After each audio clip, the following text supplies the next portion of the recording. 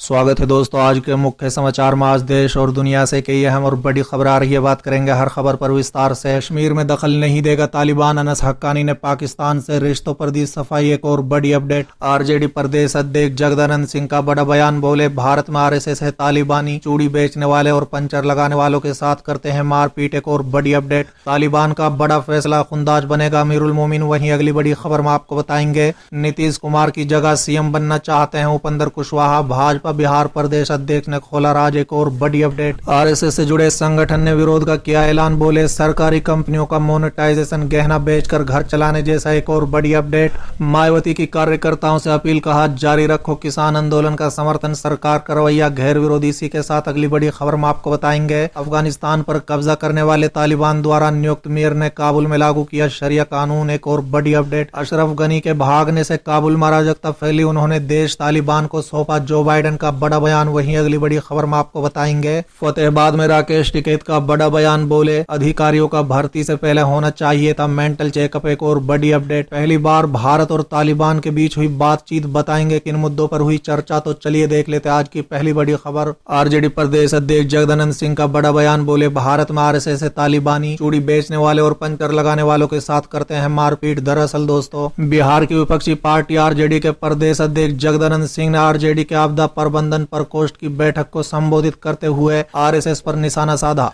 उन्होंने आरएसएस पर निशाना साधते हुए कहा है कि तालिबान नाम नहीं, एक संस्कृति है। भारत में आरएसएस तालिबानी है, ये लोग दाढ़ी काटते हैं, चूड़ी बेचने वाले और पिक्चर बनाने वालों को साथ मारपीट करते हैं। उन्होंने कहा है कि इन सभी के खिलाफ आरजेडी सुप्रीमो लालू प्रसाद यादव ने लंबी लड़ाई लड़ी और काफी संघर्ष किया, इसलिए उन लोगों ने कहा है कि ये अमीरों की खिलाफत करता है, धार्मिक उन्मादियों के खिलाफ है, बीजेपी नेता आडवाणी को गिरफ्तार करता है, इसलिए लालू प्रसाद को जेल में डालो। चलिए अगली खबर, तालिबान की बैठक में बड़ा फैसला, खुंदाज बनेगा अमीरुल मोमिन। दरअसल दोस्तों, तालिबान के प्रवक्ता जबीउल्लाह मुजाहिद का कहना है कि तालिबान नेता मुल्ला हिबतुल्लाह खुंदाज के नेतृत्व में कंधार में यूएई लीडरशिप काउंसिल की 3 दिवसीय बैठक हुई। मुजाहिद के अनुसार बैठक शनिवार को शुरू हुई और सोमवार को समाप्त हुई, जिसमें अफगानिस्तान के राजनीतिक, सुरक्षा और सामाजिक मुद्दों पर चर्चा की। मुजाहिद का कहना है कि 3 दिवसीय बैठक में नई सरकार और कैबिनेट के गठन पर भी चर्चा हुई और सुविधाएं उपलब्ध कराने के बारे में कुछ निर्णय लिए गए। इसके साथ ही देश के मौजूदा राजनीतिक, सुरक्षा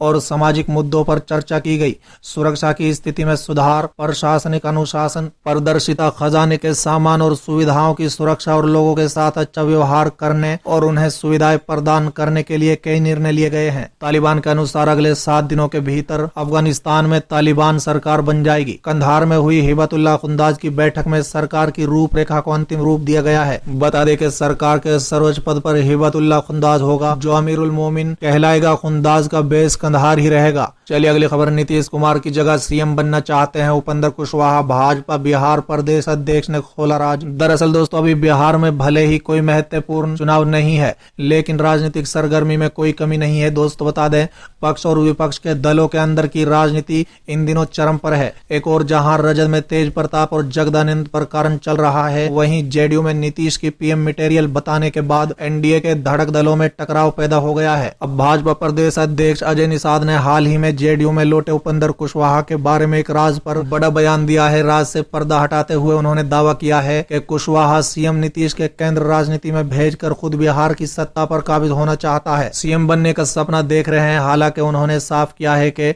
अभी बिहार में सीएम पद पर कोई वैकेंसी नहीं है। साथ ही उन्होंने कहा है कि अपनी पार्टी का जेडीयू में विलय करने के बाद वर्तमान सांसद बोर्ड अध्यक्ष उपेंद्र कुशवाहा ने सीएम नीतीश कुमार को पीएम मटेरियल बताकर बिहार की राजनीति को गरमा दिया था। बता दें कि हाल ही में संपन्न जेडीयू राष्ट्र परिषद की बैठक में इस आशय का प्रस्ताव पास होने के बाद एनडीए के धड़क दल, खासकर भाजपा की ओर से इस पर प्रतिक्रिया सामने आने लगी है। भाजपा के प्रदेश अध्यक्ष और साथ ही मुजफ्फरपुर सांसद अजय निषाद ने इसके लिए उपेंद्र कुशवाहा को जिम्मेदार ठहराते हुए कहा है कि एनडीए में उन्हें बहुत सम्मान मिला था, लेकिन वो यूपीए के साथ चले गए। पिछले लोकसभा चुनाव में उन्होंने यादव के दूध में अपना चावल डालकर खीर बनाने की कोशिश की। जब ऐसा नहीं हुआ तो एक बार फिर एनडीए में वापस आ गए। जनता दल यूनाइटेड में अब यहाँ खिचड़ी पकने लगी है। वो चाहते हैं कि मुख्यमंत्री नीतीश कुमार को केंद्र का सपना दिखाकर अपना मकसद पूरा करें। चलिए अगली खबर, आरएसएस से जुड़े संगठन ने भाजपा के खिलाफ विरोध का किया ऐलान, बोले सरकारी कंपनियों का मोनेटाइजेशन गहना बेचकर घर चलाने जैसा। दरअसल दोस्तों, नेशनल मोनेटाइजेशन पाइपलाइन के तहत सरकारी संपत्तियों के मुद्रीकरण के फैसले के खिलाफ अब आरएसएस से जुड़े भारतीय मजदूर संघ ने ही मोदी सरकार के खिलाफ मोर्चा खोल दिया है। बता दें कि भारतीय मजदूर संघ ने 70 पीएसयू के मोनेटाइजेशन के फैसले के विरोध में 2 नवंबर को देश के सभी जिला मुख्यालय पर केंद्र की मोदी सरकार के खिलाफ प्रदर्शन करने का ऐलान किया है। अमर उजाला के अनुसार भारतीय मजदूर संघ के राष्ट्रीय महामंत्री विनय कुमार सिन्हा ने कहा है कि केंद्र और राज्य सरकार की नीतियों के कारण महंगाई बेलगाम हो रही है